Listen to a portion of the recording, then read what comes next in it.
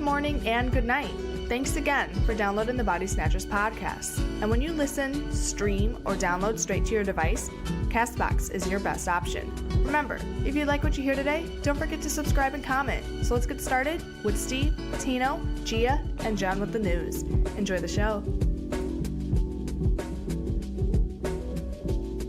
All right, guys, good morning and good night. Thank you for tuning into the Body Snatchers podcast. If you haven't already, please hit that subscribe button. We're available on all forms of social media. Just head over to bodysnatcherspodcast.com. Today, we're going to be talking with Isaiah Hinton, a.k.a. IJ, an up-and-coming video/special effects artist who's making a pretty big name for himself online. I'm your host, Tino. Jay, how you doing today? I'm doing fine today. I'm doing really good. It was a nice afternoon today and where I am. I'm not going to say where I am, but where I am. And yeah, I'm ready to talk about some special effects. That's what I do, by the way. Just to go off of your comment on the weather, I know you're out in the Chicagoland area with me, and isn't it like crazy that we finally got like weather you can deal with? The last like 3-4 weeks, it's been like somehow 30 degrees every single day all April. It makes no sense. I'll be honest with you. I didn't think that like spring even exists in Chicago anymore. I thought it migrated somewhere else and like it's hiding. That's how much the weather is like surprising right now.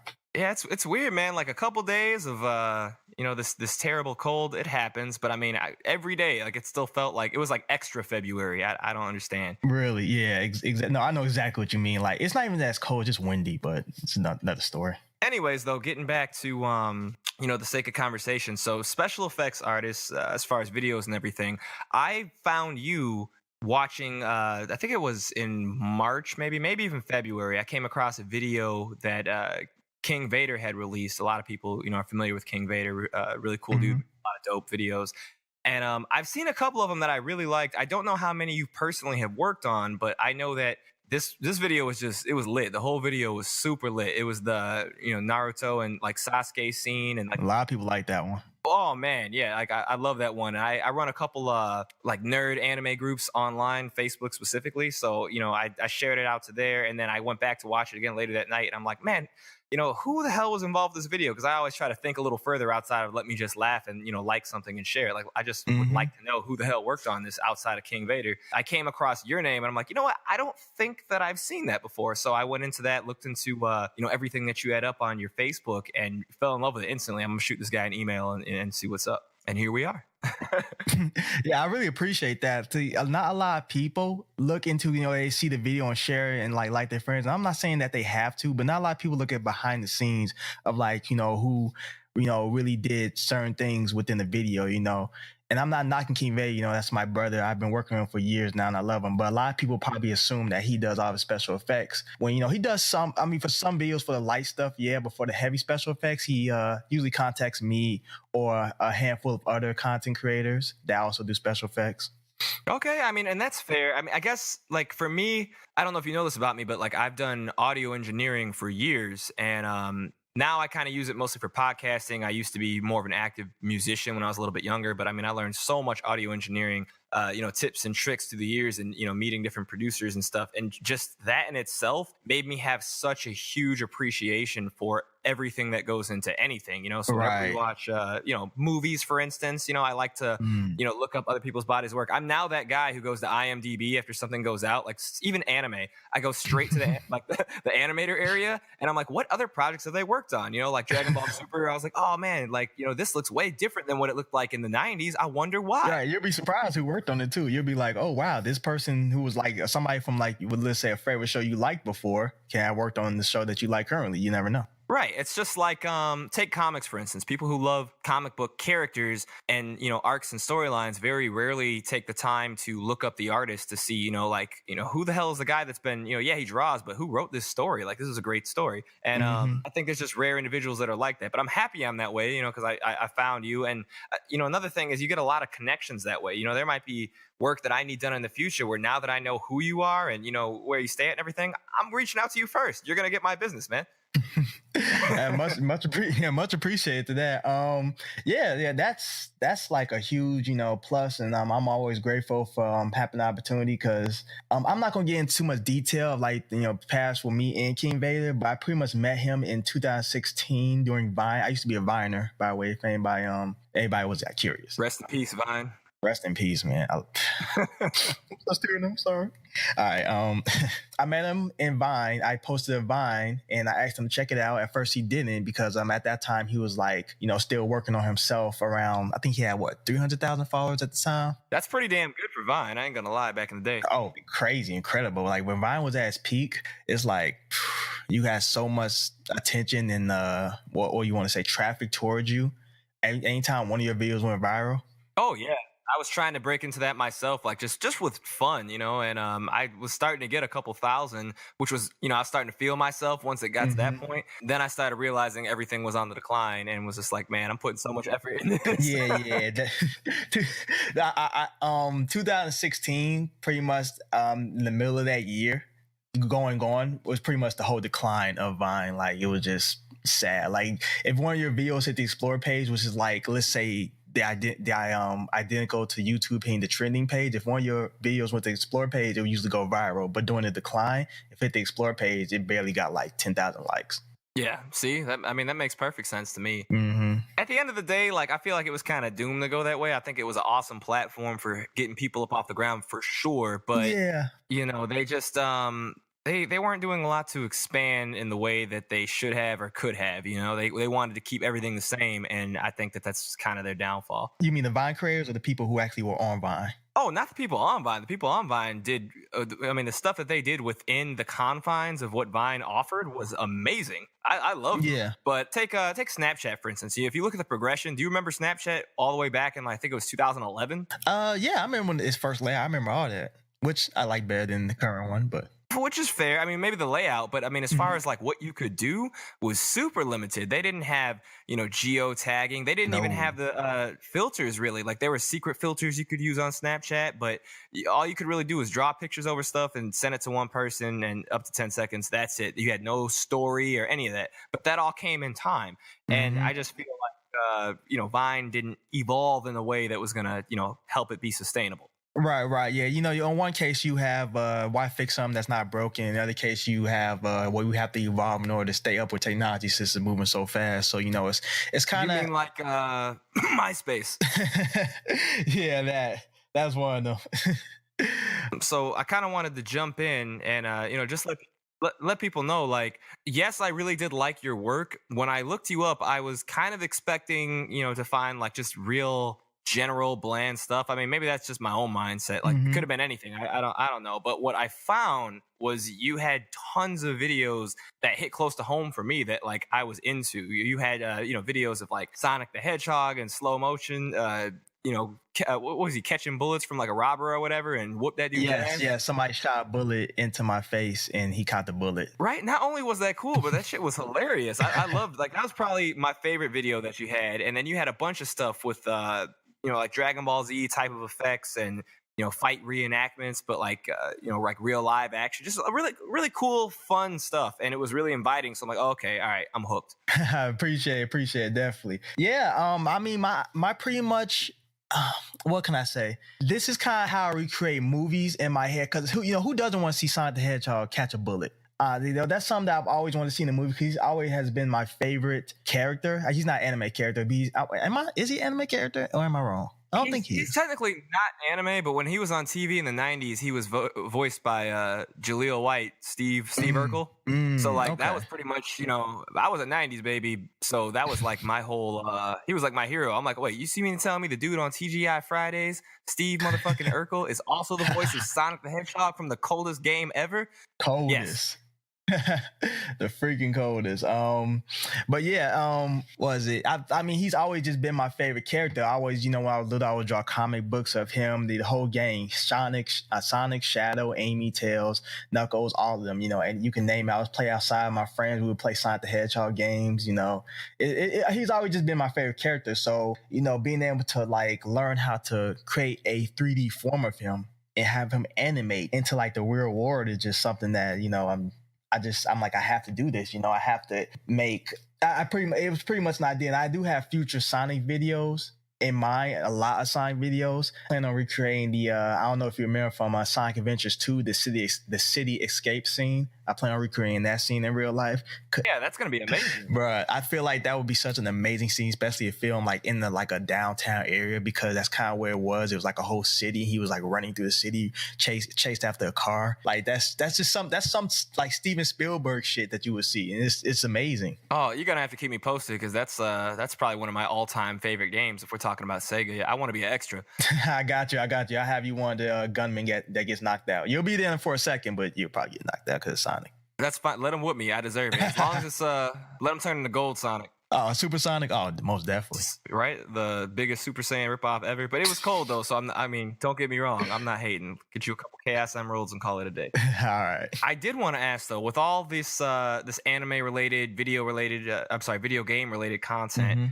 Who's your, or I should say, what is your favorite anime? I knew this question was going to come across. I'm not going to be basic, because I know a lot of people are probably assuming what I'm going to say. Oh, Dragon Ball Z is your favorite one. You're not really anime. No, not really.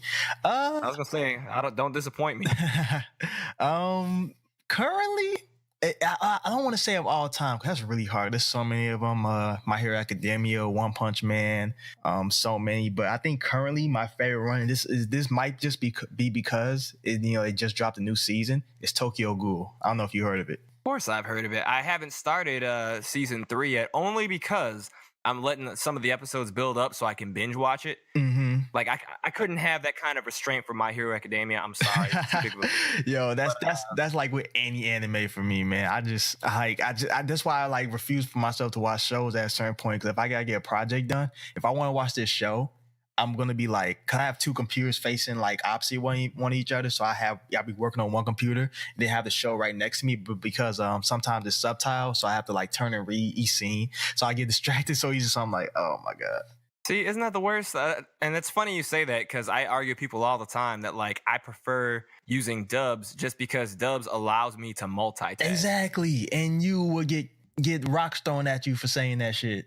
It's like, and subtitles is cool, but come on, man, you don't speak Japanese. That's exactly. Like it's just like they can write anything on there and you gotta believe it. Like you have to at least.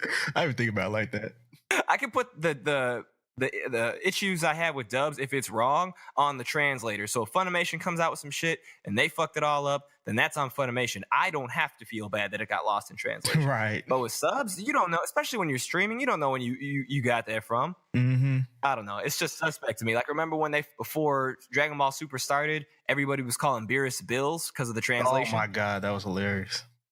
Yeah, and then one day somebody was like Beerus, and I was like, Beerus? Oh shit. Like I just played it cool, like I knew. I did not know. I was shocked.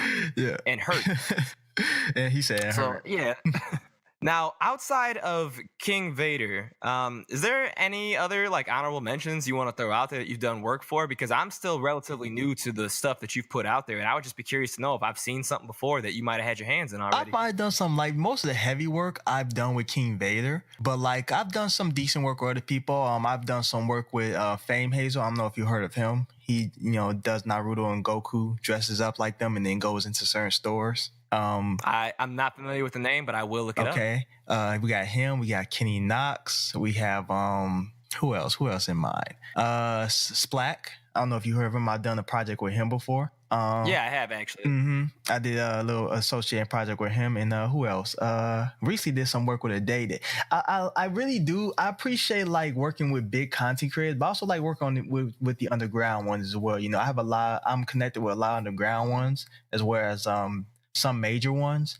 And, I just, because they're on the come up. So I kind of like, they're in the same boat as me. Because this is what I always like to say. As much as I love VFX, CGI, special effects, everything like that, like it's my passion, at the end of the day, I'm a content creator first and a video special effects editor second. And that's not saying that I value more than one or the other. That's not what I'm saying. No, I value them just as equally. But I'm just saying that at the end of the day, I'm trying to provide content for you, because believe it or not, I never actually started doing special effects. It was just something that was a talent of mine, and I decided to bring it to the social media. I started off Vine in 2015 doing comedy. I never, I didn't even start doing special effects until 2016. Then I'm like, this works, But the reason I say a difference between a content creator and a special effects editor is even if special effects didn't exist for me, I would still bring content to you. No matter in what form it is, no matter how it is, I will always bring content to you because that's why I am a content creator. I don't have to just rely on special effects. It's just something of a passion of mine. I choose to do it. And you know what? It feels good to hear somebody else say something like that. Mm-hmm. Again, for me personally, just using myself, I did a lot of audio engineering because I was originally like a musician, like old school in a band, play guitar, like sing, like that sort of stuff. And then I got into doing my own production work and doing beats and all that kind of stuff just for fun, just for the hell of learning it. And I met like a lot of decent named engineers, and I learned little bits and pieces from them. And it just became like a really fun hobby and a passion. And then you fast forward a couple of years, I think in 2014 or so, I started getting into these creating groups and forums online for just discussing nerd talk. I was like, man, I'm tired of getting on Facebook and seeing people like just cry about their day and asking for handouts and blah blah blah. You know how Facebook is. It's a really depressing place when you look at it. And then making the groups and stuff, it became kind of addicting because I'm making something where thousands of people are not at first it was probably like 20 people and some friends, but now we're in the thousands where people are coming together and they just want to talk about anime and comics, and not just like right. And it's not even like casual. I mean, I'm talking people are coming together and they had the same intensity that sports fans have, where they've got their drafts and they can't wait for the show to come, or I should say the game, on Sunday or whatever have you, and who's in the lineup, the same intensity. And after that, I'm like, bro, I've got to find a way to be able to, talk to people. So we started the podcast, which was, the next step. I had no experience in it. And now, we started off having like, honestly, 3 to 5 listeners a day if we're lucky, to we get thousands a month now. And it doesn't make any sense, but that's how it is. You just create content. Exactly. If you enjoy doing, or I should say, what you're doing, you enjoy and you love it, like it's going to grow. Remember that. Anybody listening, remember that. That's very important. Like for any up and coming content creators, if you're afraid to get content out there, just know you'll never succeed if you don't get your foot through the door. Exactly. Like, and I was just telling you before we even started recording this evening, the Mo Laurie, a lot of people know him. A lot of people love him. He's been on TV and Funimation. When I first talked to Mo Laurie, he had like 30 to 50 plays per video. Nobody knew who he was. And he came to me. He actually found us and was a fan of the show, which was cool. So of course, I'm looking for people, and I don't, discriminate. Like if you're up and coming, like let's work with you, because you never know. And sure enough, we set our interview date, and before we even got to that date, in that 2-week time span, that guy went viral. All his videos were in the millions, and all of a sudden I literally had like a celebrity on my show. It turned in from somebody that was up and coming that I really wanted to talk to now you're celebrity status. Like, okay, cool. Yeah, that's just this is one thing I just love about social media, is it could be life changing within like overnight. Just literally in overnight, you could just blow up. That's exactly how it is, man. So, with that being said, you better keep doing your videos. I mean, because I'm really liking these, and I like the direction, where they're going. You got a lot of heat behind these, and it's obvious that you're passionate about it, because there's so much. You see people, where it comes and goes, but I'm really looking at like your vault. You sent me over some stuff, and I'm like, bro, this is good. And you can see it getting better. Like, it's just... Thank you. I really appreciate that. Oh, yeah, no problem at all, man. That's something where down the line, like, I'm trying to, learn as much as I can from, individuals like yourself. We did a show a couple weeks back with some of these creators from a group called Trapped in Anime. And, they put me on to a couple of things. And it's just really cool stuff, man. In fact, I don't know if you heard that show from us, but if you get some time, check those guys out. They might hit you with some inspirational stuff. And they're not too far. They're actually located in Indianapolis. So, I mean, maybe you guys in the future could collab or something. They've had a couple viral videos going down with reenactments of, anime themed stuff that's like My Hero Academia themed and stuff like that. Okay, and they're called Trapped in Anime. Oh, they're right up your alley. Yeah, when we get done talking today, I'm gonna go ahead and send you a link. Just check them out. Why not? I want to bring people together. Definitely, yeah. I'm definitely no stranger to networking. So, and you kind of touched base briefly about your work ethic and what you have going on. One thing I wanted to ask, just out of curiosity, is what kind of inspires you? And when I say that, I mean, who do you look to for inspiration? Who's doing what you want to do? Well, it's not. This is I actually love this question, because a lot of people, a decent amount of people ask me this question. It's not even about who I look to; it's what I look to. It's literally, and this might sound like a really like broad, we could say head ass answer, but it's just literally everyday life. Like, since I do special effects, my goal as a special effects artist is to take something that is to, like, let's say we got some water running in a faucet. My goal is to make that look as realistically as possible through the computer, like create the water as realistic as it would look as if it was running down a real faucet. So when I say everyday life inspired me, I really mean that. I look at different things. I look at like the sun, how it reflects off of certain buildings and stuff, how the reflection shines. You have some, specular spots. You have, it might be the building might be a little dirty. All the details, every little detail in certain things. And I don't just sit there. I'm not just saying I sit there every day and like analyze buildings, but like I take mental note of it. I look at it for a good second and then I just continue on. And that's just with everything. I try to look at how realistically certain things look. You have a leaf, you have certain lines in a leaf. Some of them might be symmetric, some asymmetric. So it's and if you would ask, what else really inspires me, like personally, I would have to say movies. In general, the special effects in movies, how they got certain things to look a certain way, explosions. That's what really actually inspired me from the beginning to do special effects. See, and that's such a great answer because a lot of people don't think about the detail and everything that goes into something. Mm-hmm. Detail is everything when it comes to special effects. Okay, so let me tell you something. I for fun, like I do, I'm in IT. I do like, engineering, obviously audio engineering, but in IT, it's a little bit more nerdy. It's coding and blah, blah, blah, boring stuff. And, my hobby is to make like 2D video games, just build them for fun. I don't do anything crazy with them, but, whatever. And the first couple times that I made them and I got to the point to where you're implementing audio into the code, it really hits you how much detail is there for things that you weren't thinking about. Like for instance, I made a little Dragon Ball Z fighter game that was, really fun with transformations and stuff, but I hadn't put all the thought into it. I had to put a sound for, the battle cry when he's throwing a punch, the sound when the punch connects or if it deflects, when they're moving, the footsteps, the sound of their feet lifting off the ground for flying. Like it's so much little stuff. Details. So when you say that you're looking... When you say you're looking at buildings and you're seeing, like the dirt and like all that other kind of stuff, see, that's how I know I'm talking to an artist. I mean, because your average Joe is just not going to, give you the kind of response. So I just, letting you know, I really appreciate, that coming in from somebody. Yeah, most definitely as an artist, and not even just special effects, as artists in general, you have to look at detail. Details are everything. Even the details that you don't think people might notice, trust me, even if they don't notice, just know it being there just adds on to the big picture. Exactly. I've got 2 questions for you before, we get out for the evening. I am ready. You ready? All right. So this question, if you could have everything go exactly the way that you want it to go, how would it go? In life in general? Oh no, forget life. Life is easy. we talking about this this business strategy, this model that you have, So I guess the best way to probably approach it, if I was putting myself in your shoes, would just be like, where do you see the business going and your name and that kind of thing? When I first started, I wanted to and I still have this, I still want to do is make movies and make multi-million-dollar projects, live in a giant mansion, et cetera, the whole dream, 7 cars, 6 cars, 21 Savage, all that, just, nice jewelry, vacations everywhere, all this, expensive stuff.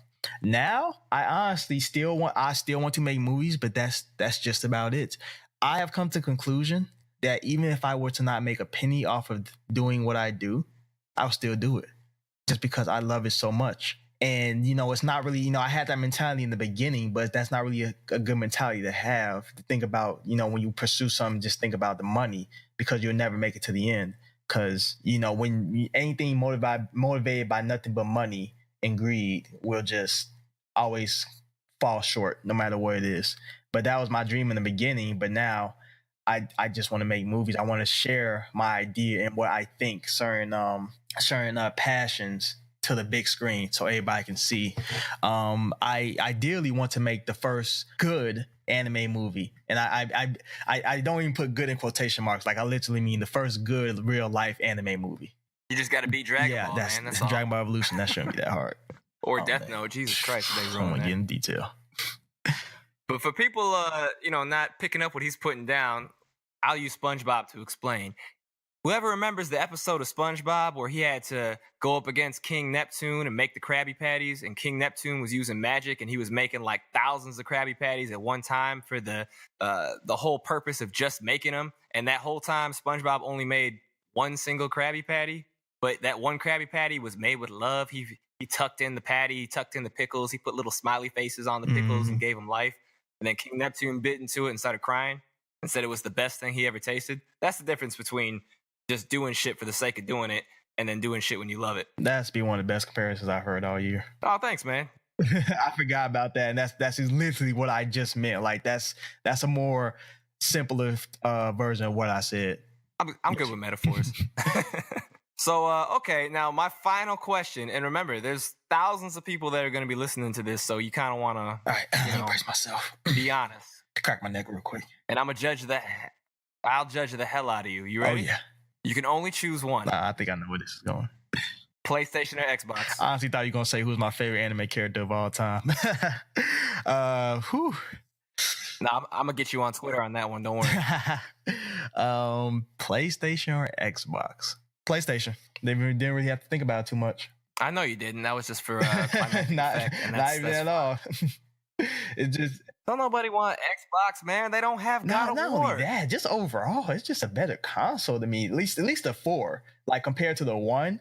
Just a better console. It really is. Right? It's just and Xbox people, they got their blinders on, man. They don't get it. It's like, you know, when you woke, like dieting or something along those lines, like you start eating healthy, like, man, fast food been killing me this whole time. Like, that's how I look at people who play Xbox. I'm like, oh, that's the dude that eats McDonald's for breakfast. I know, petty, but I don't know. That's just how I look at it, man. People who say Xbox is better than PlayStation are petty. That's petty. Right? And then, of course, you get your PC people, but it's like, dude, stay out of it. You're not involved. We're running, it's like Xbox and PlayStation are running a race, and y'all have like one leg hopping. I didn't mean to offend anybody by saying that, by the way, but you get what I mean. The PC has one leg hopping in the background.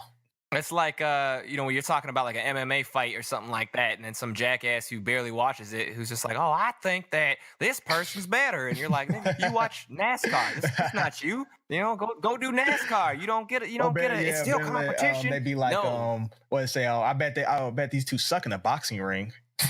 Right? Like, shut up.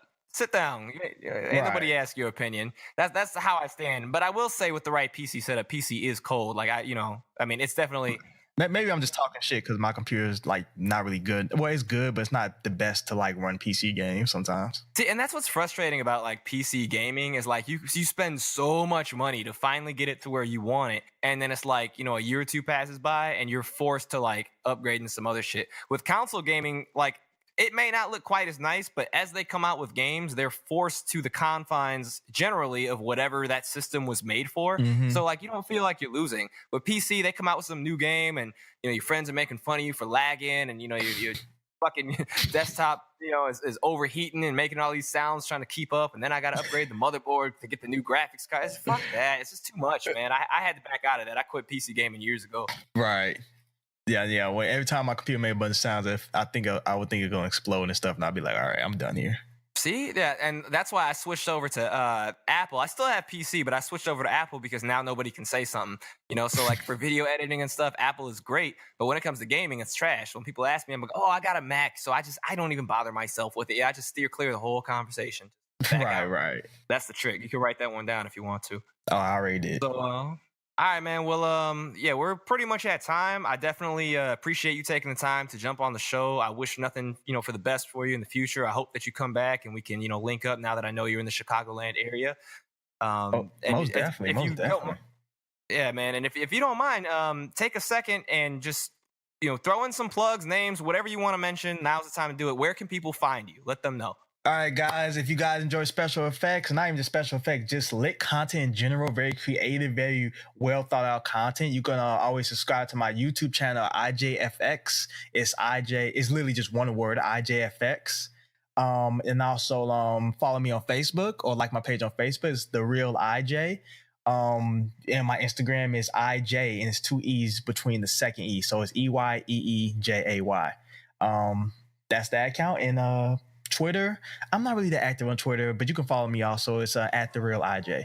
And yeah, I hope to see future fans in the future fans from this podcast check out my content. No, you don't gotta like it, just check it out, you know, give it a chance.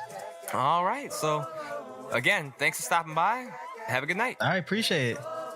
We just wanna party.